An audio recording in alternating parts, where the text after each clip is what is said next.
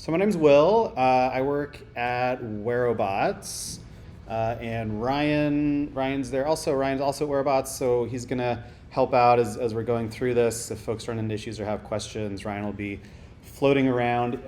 So this is meant to be as hands-on as possible. So if you're not on the Wi-Fi already, it's this uclub SF 800 Powell, all lowercase, is the password. I think it'd be helpful too if you grabbed these slides. This is just a link to the Google Slides presentation. There's some URLs and code that's helpful to copy and paste as we're going through the workshop. So Apache Sedona, Gia mentioned Sedona earlier as this open source geospatial framework for distributed compute. So really adding geospatial functionality, geospatial types, distributed query algorithms to distributed compute frameworks like Apache Spark, Flink, runs on Databricks, runs on Snowflake, this idea. And then Wherobots is a company that was founded by the creators and core maintainers of Apache Sedona, and we've built a sort of managed service that takes Sedona and adds some more like cloud native functionality to give you this large scale geospatial analytics functionality in the cloud. Question, yeah? I see Postgres on there, which I'm assuming you all in PostGIS, but so how would I run this in Kubernetes with those, like all the things I saw in computational managed services or something, but like how would I actually, is it a sidecar? Is it actually have to compile into the Docker container for Postgres? So Wherobots Cloud, the managed service, is a SaaS. So the idea is we run that architecture, run that infrastructure, so you don't have to. Apache Sedona, which is the open source piece, that can be packaged into the type of infrastructure that you're talking about. But the idea is. So that's what I want to know. How would you package the Apache Sedona on premise in a Kubernetes cluster using Postgres? Yeah, that sounds like a great afternoon hack session to propose, right? So you don't have instructions on that, or it's not a common workflow? I don't know, Gia, do you want to answer that? Yeah, so like Sedona has its own infrastructure that runs out like cloud computing engines, right? So like Postgres can be used as data source, so we can load it from Postgres. So if you don't do it in a Kubernetes cluster, so we have like when we install Sedona images, and we also need to like install Postgres 7 by 7. Okay, good. So either sidecars or concurrently running from now. Right. Okay, thanks. Cool. So if we think about kind of the different layers, the architecture of Sedona, there's our spatial query processing layer, which exposes spatial SQL, Python, R, Java, Scala APIs that implement our query algorithms, optimizing spatial queries. Then, because we're operating in a clustered, a distributed compute environment, we have multiple machines that are workers that are running. We need to figure out how to partition our data efficiently across the instances in our cluster. Sedona builds an index locally on each one of those pieces in the cluster to optimize things like spatial join queries, these sorts of things. And then this is this is all on top of some distributed compute engine like Spark, Flink, Snowflake, that sort of thing. So let's go ahead and get started with the hands-on piece. If you didn't already create a Wherobots Cloud account, that's what we're going to go ahead and do now. So wherobots.services is the URL for Wherobots Cloud. There's a free tier that you can sign up for. That's what we're going to use today. And so basically just put in, go through the create auth flow. You'll set up email, password, verify your email. And then once you go through that process, and I'll show what this looks like in a second, there is the notebook environment spin-up piece. And so this is where we're choosing the resources to allocate for the notebook environment. So Sedona uses a Jupyter Lab notebook environment that I think should be familiar to most folks, this sort of literate code where we're in a notebook. We can have cells that can be a mixture of code, text, images, this sort of thing. And we can choose the resources available for that notebook environment. The free tier has this Sedona tiny runtime, which is usually enough for development and testing, but then of course if we upgrade, we can scale that up.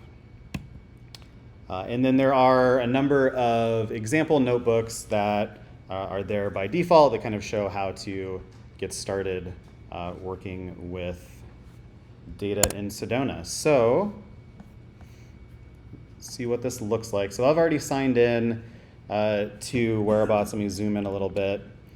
You'll land on this Notebooks tab. There's also a dashboard that can show resources. We can also schedule jobs. So I can schedule pipelines to run. I haven't done any on this account, but on another account I'm fetching some data that updates every day, doing some pipeline, some processing with that, and then writing that out to something like GeoJSON in an S3 bucket. Also by default, Wherobots Cloud includes private AWS S3 storage. So here's some files that I've created that map to a bucket private to your user in S3. And so once you spin up a notebook environment, you'll see this Open Notebook button, which will launch this Jupyter Lab environment and take you to your first Wherobots Cloud notebook. And there are a few examples in there that I think the first one, we're looking at querying the Overture Maps data set. Let me zoom in a bit. One thing to be aware of is you can only have one running notebook at a time. So I think I was running a different one, so I'm just going to shut down the kernel here. And then I can run cells individually. Are folks familiar with Jupyter? How many folks have used Jupyter before? Yeah, most folks. Cool. So this notebook, let's go ahead and just run all cells here. So this notebook is just meant to introduce the environment. One thing that you'll typically see at the start of each notebook is configuring the Sedona context. And this is where you'll see things like configuring access to S3 bucket credentials, something like that. This is setting up access to the Wherobots Open Data Catalog, which includes some public data sets like Overture Maps, some Landsat data, weather data, and so on. And these are sort of curated by Wherobots and then prepared as Havasu tables. So Chris was mentioning this idea of table formats and Havasu. And so these are some prepared Havasu tables. And so the example here, we're seeing this sort of mixture of like Python and SQL. So there's like a Python API that extends PySpark. We can also use spatial SQL functionality to work with Sedona. So here we're inspecting this catalog. So in Iceberg or Havasu land, the catalog is kind of the top level namespace, and then we have databases and tables within that. So here we're looking at the schema of the Overture places, which is like point of interest data. Hey, Will, can you increase the font size? Yeah. Like 2 more notches. I know it'll take a lot of screen space, but got like a deep preview. Yeah. Yeah. Better. Yeah, and sorry, the screen is not enormous, for sure. Cool, and so this idea of spatial SQL, we have additional SQL functions that give us the ability to write spatial predicates. In this case, we're just looking for categories. So here we're looking at just sort of the first few points of interest, the category name, geometry, or we're going to point geometry. But we can do things like We can do things like find all hiking trails that are near this point in San Francisco, and then we can visualize those. So this is the Kepler integration for Sedona.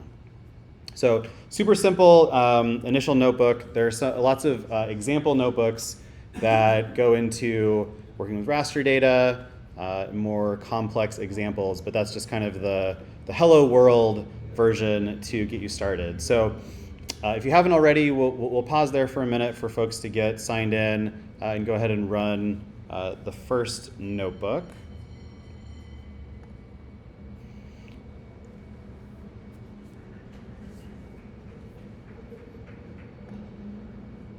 And if you run into issues, just raise your hand and Ryan can come help you out.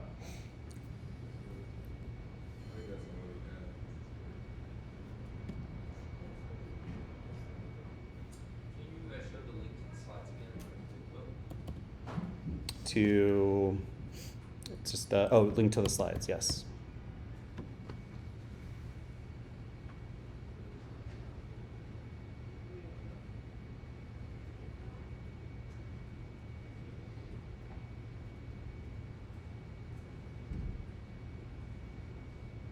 So when we query for tables, these are actually Parquet files that we're querying into, or GeoParquet files that we're querying into? Yeah, we'll talk more about this in a second. Yeah, Okay. GeoParquet is like the storage layer, and then think of Havasu or Iceberg as giving you this like SQL table interface over like a group of partitioned GeoParquet. This is this idea of the data lake house, right? So like the data lake in this case is your whole bunch of partitioned GeoParquet files. Writing to that is complex because I have to think about if you have to create new Parquet files, but it's giving you the data warehouse experience of SQL table on top of a data lake, the data lake house. Yeah. Cool. Were folks able to get in and run the first notebook? Anyone run into any issues? Cool. So, so where are we going with this? Well, what we're going to look at is how to work with GeoParquet in Sedona with kind of a focus on creating GeoParquet files. We'll see how to load and query GeoParquet files. But I think it's really interesting to see how to create these, especially partitioned GeoParquet files. So this is one thing that Sedona can do really well, is create these very, very large scale partitioned GeoParquet files like what you see with Overture Maps publishing their data set using Sedona to do this. And then we're going to take a look at working with Havasu and talk about like what are iceberg tables and that sort of thing. So I have some slides. I think we'll skip through this. Chris or Tim talked about most of these things, the benefits of Parquet and really how Parquet uses encoding and compression. So really like the two benefits I think of as Parquet are efficient data storage by leveraging encoding and compression, so small file sizes, and then efficient retrieval, so by chunking data, making statistics available to be able to filter at the row group level, or if we have a group of partitioned GeoParquet files, for the GeoParquet reader to be able to prune at the file level, looking at, in this case, the file metadata. So if we look at the GeoParquet spec, this B box, right? So this is the minimum bounding rectangle of all the geometries in that GeoParquet file. So GeoParquet readers are able to look at that and exclude certain files at query time to improve performance. So I'm going to skip through all these slides. I think this was all kind of covered earlier, and jump to loading the example notebook that we're going to use. So there are a few ways to load existing notebooks into the Jupyter Lab environments. So this is a notebook that I created for this workshop. It's out on GitHub. I think the easiest way is to just clone this repository. So the way this works, I'm going to either go to the URL for this GitHub repository, grab the HTTP so I don't have to sign in, the HTTP URL for the Git repo. And then in Jupyter Lab, if I go to the terminal, so I can get to the terminal by clicking on this big plus to get the launcher, and scroll down to terminal. There's a keyboard shortcut. I can't remember what it is. And then git clone URL to the repo, and then this is going to clone the notebook, and that'll show up here. Notebooks, which I can load. And there are a couple in here. We're just going to look at the first one for now. And again, when we're switching environments, we can only have one notebook running at a time, so I'm going to shut down the kernel. And then I'm just going to go ahead and run this, and then we'll talk through it. So let's pause there. Let me put the URL back on. So if you're in the slides, you can just copy this line on slide 20, open up the terminal in Jupyter Lab, paste that in, and that will clone that repo. So I'll pause there for a second. Couple steps here, so raise your hand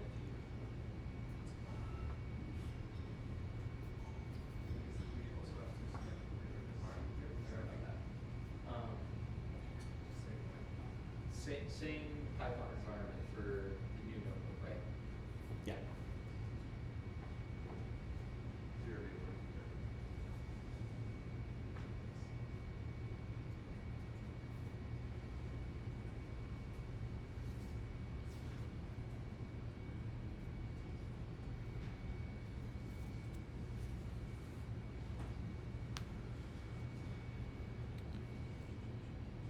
Okay, I'm going to go ahead and start talking through the notebook to see what's in here, but if you have any issues, raise your hand, and Ryan will come around and get you sorted. So the first thing we're going to do is just look at a GeoParquet file.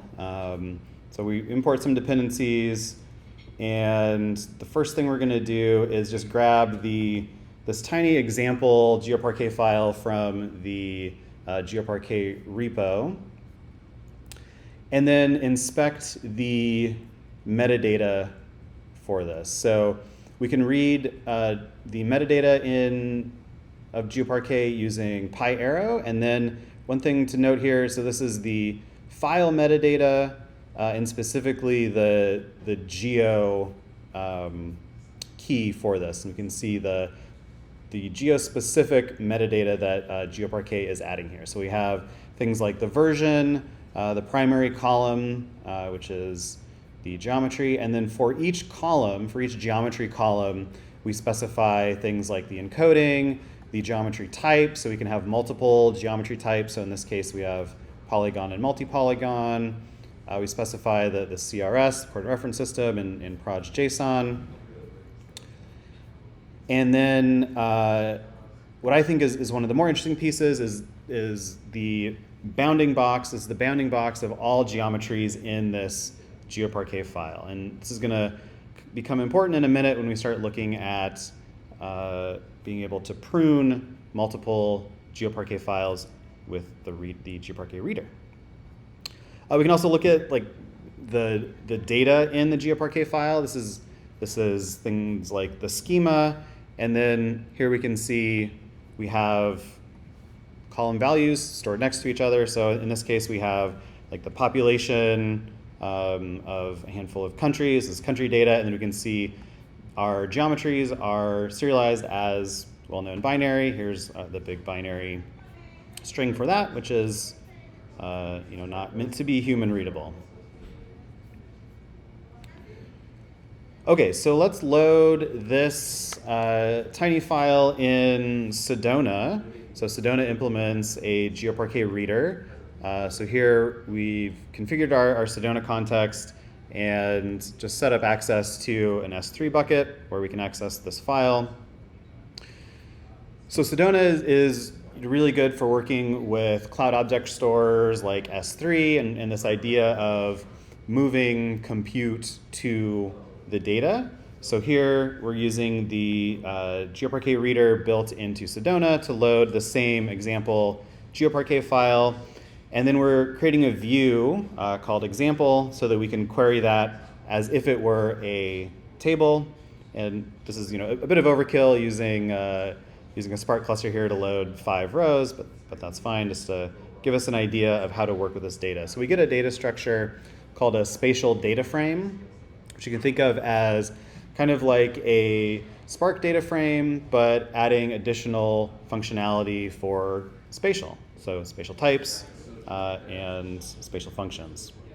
So we can visualize this using the Kepler integration to see, like, yep, cool, we have some country data and some attributes about each country. And so one of the benefits of GeoParquet is that when we load it in with GeoParquet readers, we don't have to transform the data, specify that we're working with specific geometry types. We can just start running analysis on those geometry types as geometries. So one thing we can do is just start running spatial SQL. So here we're just calculating the centroid for each geometry and just logging that out. Okay, cool. So that's a look at just loading a tiny GeoParquet file in Sedona.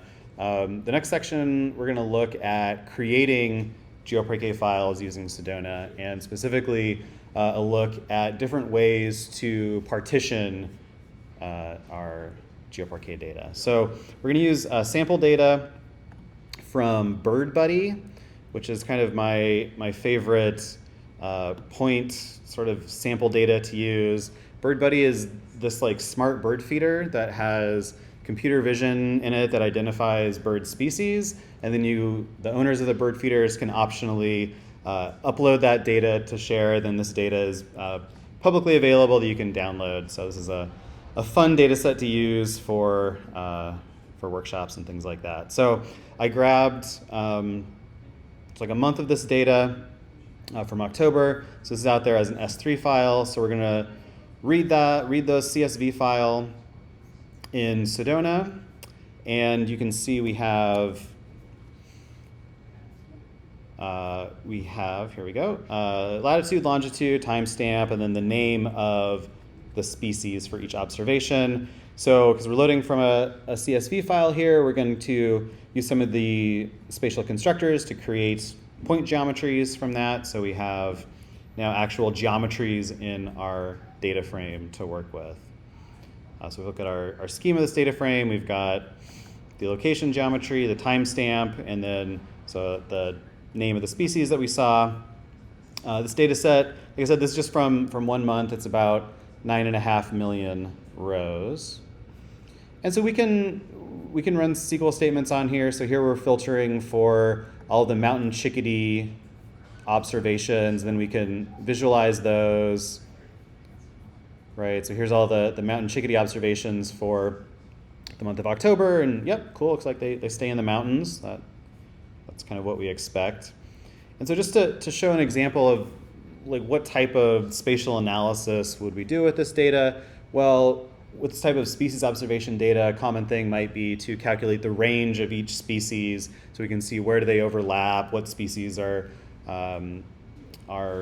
sharing range. This is useful for things like conservation, disease tracking, that sort of thing. And so here we're just doing an aggregation and generating a convex hull around the point geometries grouped by species for a handful of species. So now we have polygon geometry for each species. We can visualize these. Kepler is really nice, so we can interactively style our visualization. Maybe we want color based on the value of the name, and let's get a more unique color scheme. There we go. So we can see here's the range of like the Steller's jay, eastern bluebird. Yep, stays in the east. Cool. So that's the type of spatial analysis we can do. So okay, we have this bird buddy data. Let's see how we can create GeoParquet files from it. So I mentioned earlier that Wherobots Cloud includes access to AWS S3, so buckets that are private to your user in Wherobots. So that's where we're going to write our GeoParquet files, and you can explore that in the console app for Wherobots Cloud in the File Management tab. So we can see this is going to be in the data, and then we have two directories. One is specific to the user, one specific to, I think, the organization. So for our user, we can grab the S3 path by grabbing this copy icon, or those are also available as environment variables in the notebook environment. So we're going to store these in user S3 path, which is this S3 URL, which again is just private to this Wherobots user. And so Sedona implements a GeoParquet writer, so we can first just repartition. First, we're going to create just one GeoParquet file. So we repartition to one partition and write this as GeoParquet to our birdbuddy.parquet file on S3. And if we take a look at, we said one of the benefits of Parquet is efficient data storage. So if we take a look at the size of the data, this is for a smaller sample size, but we have basically, in CSV, this is 400 megs. In GeoParquet, it's 40 megs. So taking advantage of Parquet's compression and encoding there. And then we can read that back. So here we're creating a new data frame by reading the GeoParquet file. So Sedona implements a GeoParquet reader, so we can read that from S3. And again, like the first most obvious benefit here is, unlike reading from CSV, where we had to transform that data to specify exactly our geometry types, we have those geometry types immediately from reading that GeoParquet file. So let's look at some performance comparisons. So here we define a spatial filter. So we're going to filter for bird observations that are within some polygon bounding box using ST within predicate. And if we compare the time to load the CSV data and apply that filter versus the time to load the Parquet version and apply the filter, there's not much benefit here. So one thing I guess that's important to note is, based on the size of the data, this is like a relatively tiny data set with, we have just under 10 million observations here. We see pretty similar times, right? So the wall time is just under 3 seconds for each of these. But let's see if we can improve that by partitioning the GeoParquet files. So there are a few options for thinking about how to partition GeoParquet files. This is the case where we're going to create multiple GeoParquet files that are grouped by some spatial geometry or some spatial partitioning. So we can do this by geohash, S2, or administrative boundary. At least those are the examples we're going to look at. So first of all, starting with geohash, so we can add a geohash column to our data frame and then partition by that geohash value. And so one of the parameters for geohash is the sort of how many recursive grids to go in, so like the resolution. So here we're doing this at resolution 2. We could choose to go in much higher resolution, but of course what that means that we're going to have a lot more GeoParquet files. So kind of thinking about the size of the data and our common access patterns can give us an idea of like what sort of resolution do we have. So we're choosing level 2 here, which is fairly high level, and then repartition by geohash and write that S3 file, and now load that back and then compare the time to to apply that same spatial filter, so the same spatial filter filtering for all locations within a bounding box versus the CSV format, the single GeoParquet file, or now our partitioned GeoParquet is less than 2 seconds. So that's a noticeable difference. And why is this faster? Well, it's because we had to examine less data. So earlier, Mo was talking about this idea of spatial filter pushdown. So being able to reduce the amount of data that you're pushing through a query plan at the compute layer. And if you can push those filters down to the storage layer, that's going to give you better performance. So because we've partitioned our GeoParquet files, and because GeoParquet has that bounding box metadata stored in file metadata, Sedona's GeoParquet reader can take a look at that metadata in each file to choose to exclude any files where that bounding box doesn't overlap with the spatial filter we're applying. So we're looking at less data that's going to the compute layer. Yeah, question?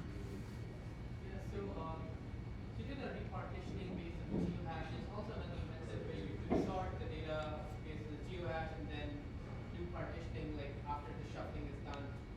Would that make a difference in the performance? I just want to know about that method of partitioning. Yeah, that's a good point. So we did not sort by geohash, which we probably should have. That'd be interesting to compare. It's something we're kind of skipping here. So if you sort by geohash and still do the partitioning, so there is no guarantee that the order will be preserved. No, that is if you do the partitioning, but if you so there's a configuration you would set for doing after any shuffle operation, break the whole sorted data into a number of files. In that case, the order is preserved. But if you explicitly do dot partition or dot repartition, then the order is preserved. Yeah. So I was talking about that. Oh, true. So that would be better. True. If you want to preserve the order, it's really true. That's going to help the query. Yeah, I mean, GeoParquet does not have the enable statistics in the row group, but if you do current like on debug, then exactly. So the way the query works with SedonaDB, it does predicate pushdown, and it does look into the debug spot method. No, it doesn't. It look into the debug method itself, but it doesn't look into the debug column. So it's the metadata, that's what I mean. So it will be doing its pruning based on the debug information in the metadata. So in that case, sorted partitions will be but it will not, because the GeoParquet specification adds the debug column, debug metadata to the file level. It is not in the row group level and page level. So it will only filter based on file. So the order rates in that file doesn't match. So will it not go 555 first and then go into the row groups? It will just look at the file. It will not look at the row groups. But skipping those number of files would still be more efficient. Yeah, so that's what I'm saying. So like repartition based on repartition based on geohash or isolate for that at all within each file, right? But like it will not filter, it will just filter based on the entire file. So it will either keep this file or skip this file. It will not skip no row to the source of each file. Cool. So we've got about 10 minutes left before lunch, and definitely want to get lunch at the right time. So let's maybe just cruise through this, and then I do want to talk a bit about Havasu and Iceberg and see an example of that, because I think that's interesting as well. So Mike, I think, was talking about some of the downfalls of like Z-order index that GeoHash uses, and S2, which uses Hilbert curve, which gives you a better representation of spatial proximity with similar index values. So S2 is another option. Similar method here to partition by S2 cell ID, and we get similar performance to our GeoHash, and we're looking at wall time. And again, this data set is pretty tiny. I think the differences would be more prevalent if we had much larger data sizes, but you get an idea that we do have some benefit here of partitioning our GeoParquet files. So another option, so far we've looked at like using a spatial index to partition, but another option would be to use administrative boundaries to partition our GeoParquet files. So in one GeoParquet file, I have everything from the state of California and so on. I can just skip to that. So this example shows how to do that by loading the state and province level boundaries from Natural Earth, doing a spatial join to basically add the state or province to our data frame as a column. And I chose the state and province one rather than country to give us an idea of when this is maybe not a good idea. So we end up with 893 states and provinces. And if we do a group by to get a count, we can see, like, yeah, there's a lot of these in the US. The numbers are, a little smaller in other states and provinces throughout. But because we end up with so many, partitioned files, let's load this. We end up with a whole lot of overhead of just looking at those like 900 files to inspect the metadata. We don't really get benefit from pruning there. So it'd be interesting to compare this to using like the country level administrative boundary. Yeah, so here 9 seconds. So an example of what not to do. Cool, so let's, we have just a few minutes left. Let's talk a little bit about Havasu and Iceberg, and then we'll see an example really quick of that in Wherobots. So GeoParquet, which we've been talking about today, is this file format for working with geospatial data. Havasu is a table format that extends Apache Iceberg. And anyone using Iceberg or heard of Iceberg? A couple folks. Cool, okay. So really the idea here, kind of like what we were talking about earlier, is with Parquet files. So Parquet files, those are immutable. It's, I have to think about also like how do I partition these? If I want to create new data, well, I need to like create new Parquet files or overwrite my existing ones. That's maybe not necessarily the level of abstraction that I want to think about. And so table formats like Apache Iceberg give you this familiar SQL table way of interacting with your data, or with a data lake, which in this case, we're talking about a data lake as a group of partitioned Parquet files.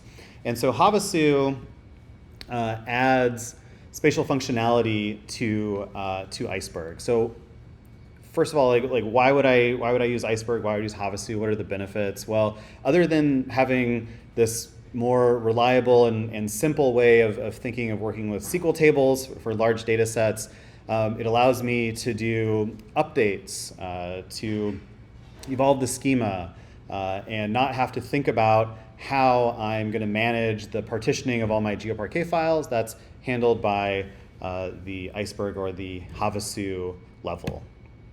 So Havasu is an open source specification for how to work with both vector and raster data in Apache Iceberg. I linked the GitHub repository there. So Sedona has implemented a Havasu implementation that is compatible with GeoParquet, of course, for vector data. For raster data, GeoParquet does not support raster data yet, but there's a Parquet native way of working with raster data in Havasu. So the benefits are you get this familiar SQL table way of working with the data, and then being able to have that same sort of predicate push down, being able to leverage the file metadata for efficient spatial queries. So this is kind of how I think of this, this idea of the spatial data lakehouse tables with Havasu, is I can have multiple applications concurrently because Iceberg and Havasu give us ACID support, so I can have transactional level way of interacting with these tables. So multiple applications can query the same table, can send updates and writes and so on.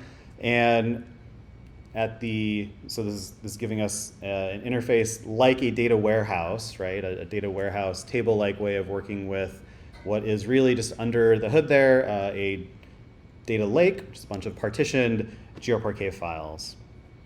So in just a couple minutes, let's go back to our notebook here. And we can see here, we're going to now create a Havasu table from the bird buddy data that we just created. So first we're going to just drop that table if it doesn't exist.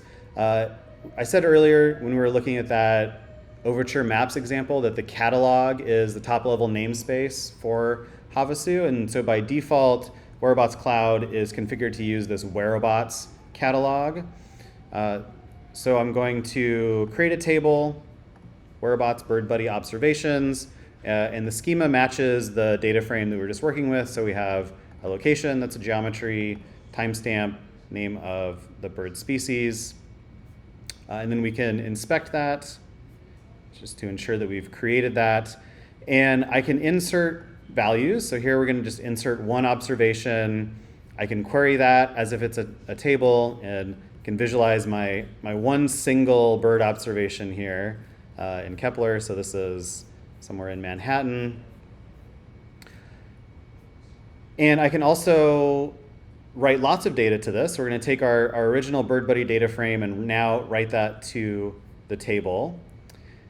And then we can also create spatial indexes. And by creating a spatial index in Havasu, what does that mean under the hood?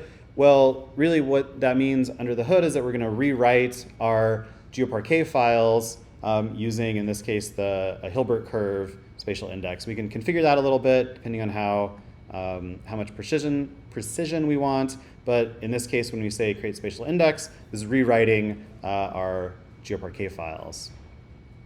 And so now we can query this as if it's a table. And I think the next one is taking a look at applying that same spatial predicate where we're filtering for all observations within the bounding box. And we see we get performance that's kind of comparable to our other examples. But again, I think the size of the data is really not big enough to see quite a lot of the benefits here. It'd be interesting to compare on larger data sets. Cool, so we're about out of time here. The only other thing I wanted to mention in the slides here are just a group of resources. So we talked about Apache Sedona, which is this open source project. We can find that on GitHub. The easiest way I think to get started with Sedona is with the official Apache Sedona Docker image, and then Wherobots. We have technical content across blog, YouTube, so definitely check those out. And then hopefully folks got a chance to try out Wherobots Cloud and sign in and play around with that. Cool, so that puts us at lunchtime right now. Stick around if folks have any questions or want to chat. But like I said, lunch is going to be upstairs on the 4th floor. We'll take an hour, and then when we come back, hopefully folks have some ideas for project proposals to pitch, and we'll start with that at 1:30. But yeah, since we ran out of time, I'll stick around if folks have questions about what we did in the workshop. Thanks.